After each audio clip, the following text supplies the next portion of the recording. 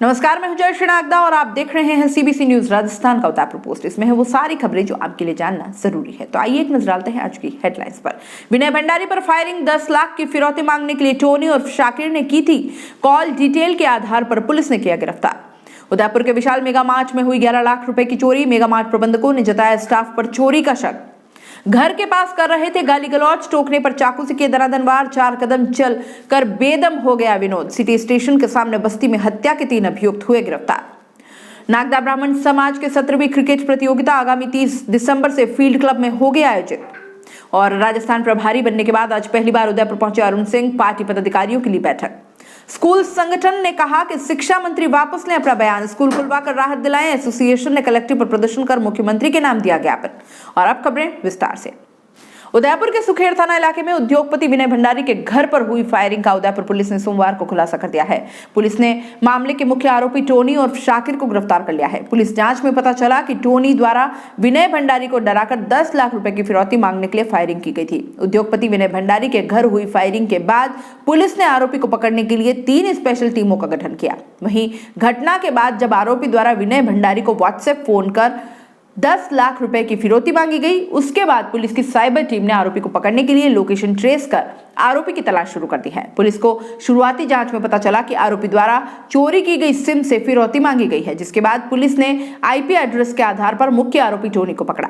Police द्वारा शुरुआती पूछताछ में टोनी ने आरोप कबूल कर लिया है। पूछताछ में टोनी ने बताया कि उसने विनय भंडारी को फैक्ट्री से घर तक पीछे किया था। इस दौरान हवाई फायर भी किया और विनय भंडारी को डरा 10 लाख रुपए फिरौती की मांग की थी, लेकिन वह कामयाब नहीं हो पाया।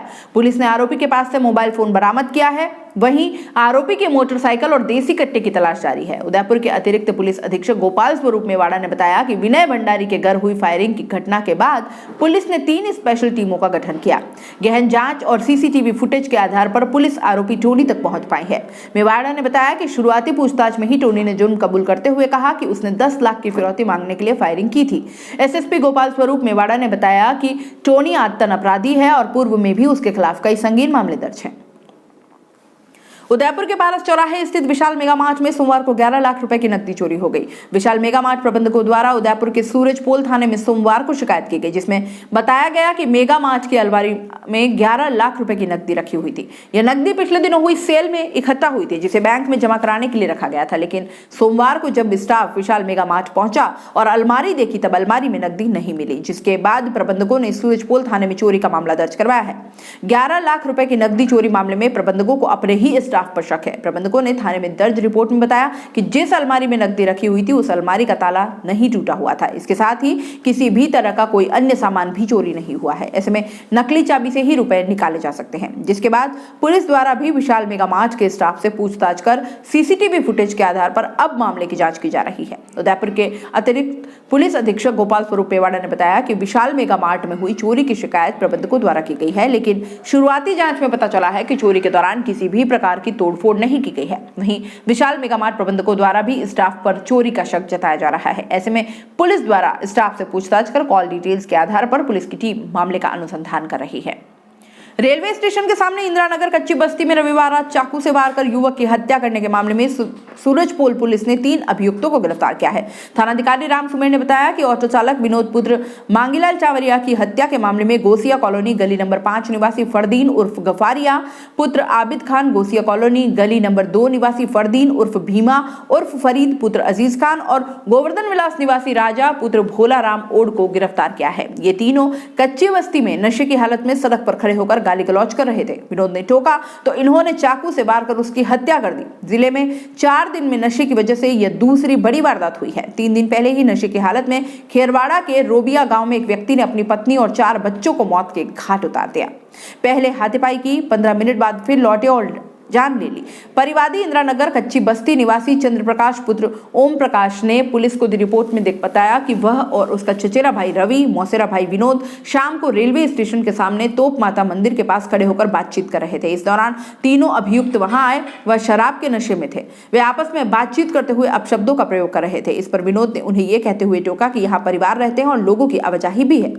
इसी बात पर तीनों ने विनोद के साथ हाथापाई की और फरार हो गए। करीब 15 मिनट बाद ही तीनों फिर लौट कर आए और विनोद के साथ मारपीट करने लगे। वे बोल रहे थे कि तूने हमें टोका कैसे। इसी दौरान फरदीन ने चाकू निकाला और विनोद की गर्दन पर वार कर दिया।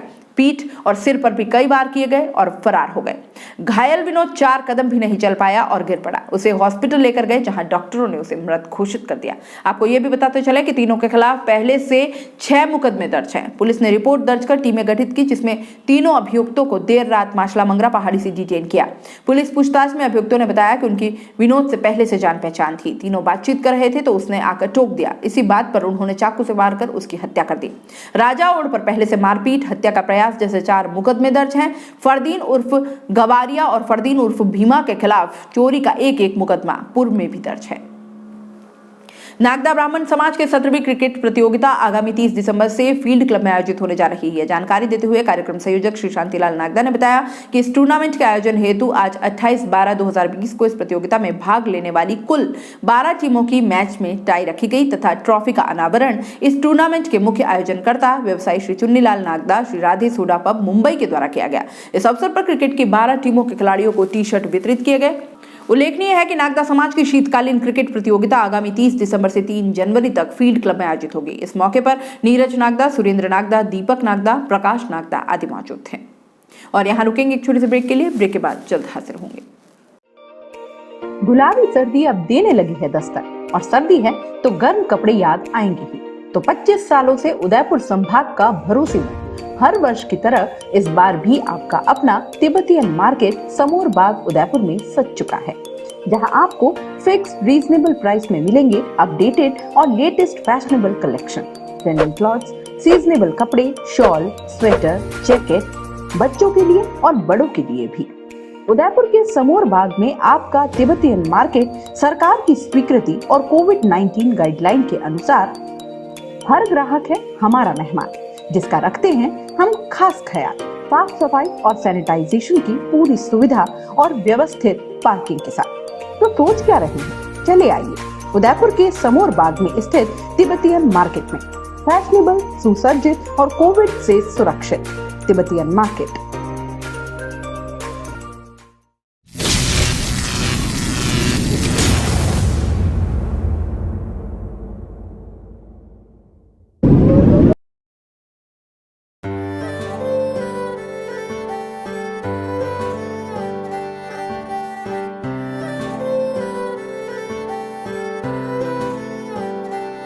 मारे आंगणे की तू है लाडली, मारे बगिया की तू है एक कली।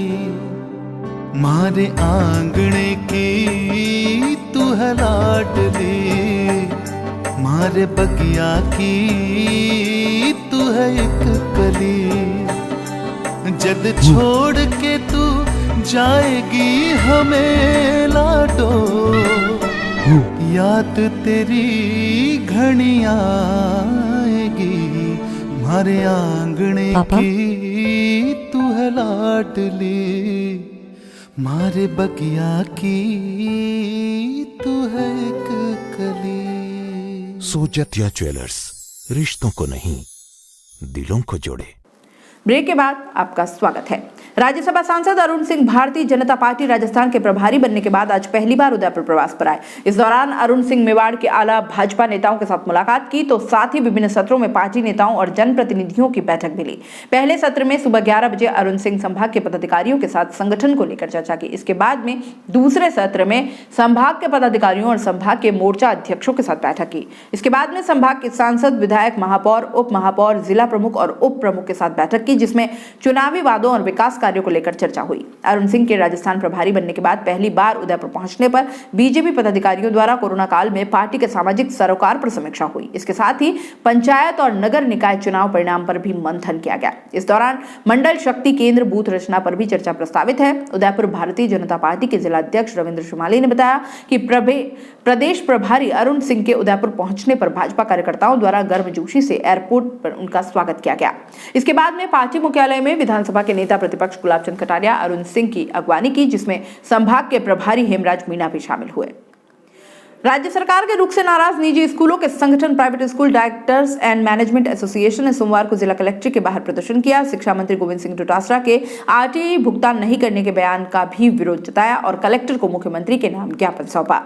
अध्यक्ष जितेंद्र शुमाली का कहना है कि महामारी के दौर में भी प्रदेश भर में लाखों छात्रों को आरटीई के तहत निःशुल्क पढ़ाया गया, लेकिन शिक्षा मंत्री अब बोल रहे हैं कि इसका भुगतान नहीं किया जाएगा। ये पूरी तरह से असंवैधानिक है। संगठन ने मंत्री से इस बयान को वापस लेने की मांग की है। साथ ही शिक्षण संस्थाओं को कोविड गाइडलाइन के साथ छात्रों के लिए खोलने की भी मांग की है। संगठन का कहना है कि कई स्कूलों ने क्रमोन्नत के लिए कई आवेदन कर रखे हैं, लेकिन इनकी भी सुनवाई नहीं की जा रही है। साथ ही सरकारी स्कूलों में प्रोत्साहन के लिए चलाई जा रही सरकारी योजनाओं को निजी स्कूलों में भी लागू करने की मांग की गई। शिक्षा मंत्री का क्या बयान था, ये भी आपको बता देते हैं। गौरतलब है कि प्रदेश के शिक्षा मंत्री गोविंद सिंह डोटासरा ने बुधवार को निजी स्कूलों के बकाया आरटीई राशि के भुगतान को लेकर बयान दिया था कि प्रदेश में जब पिछले 9 महीनों से स्कूल पूरी तरह से बंद है, तो ऐसे में आरटीई राशि का भुगतान का सवाल ही नहीं उठता। जब बच्चे स्कूल गए ही नहीं है तो आरटीई की राशि किस बात की। स्कूल प्रबंधन में इसी बयान को लेकर आक्रोश है। उदयपुर पोस्ट में फिलहाल इतना ही। दीजिए इजाजत, नमस्कार। सीबीसी न्यूज राजस्थान की यह खबर आपको कैसी लगी, नीचे कमेंट करके जरूर बताएं। अगर आप YouTube पर देख रहे हैं तो सीबीसी न्यूज का चैनल सब्सक्राइब करिए, पास में दिख रहे बेल आइकन को भी दबाइए, ताकि जब भी हम आपके लिए कोई खबर, कोई जानकारी लेकर आए तो सबसे पहले आपके पास नोटिफिकेशन पहुंचे। अगर आप फेसबुक पर देख रहे हैं तो सीबीसी न्यूज का पेज लाइक करिए। अगर आप इंस्टाग्राम पर देख रहे हैं तो आप हमें फॉलो कर सकते हैं।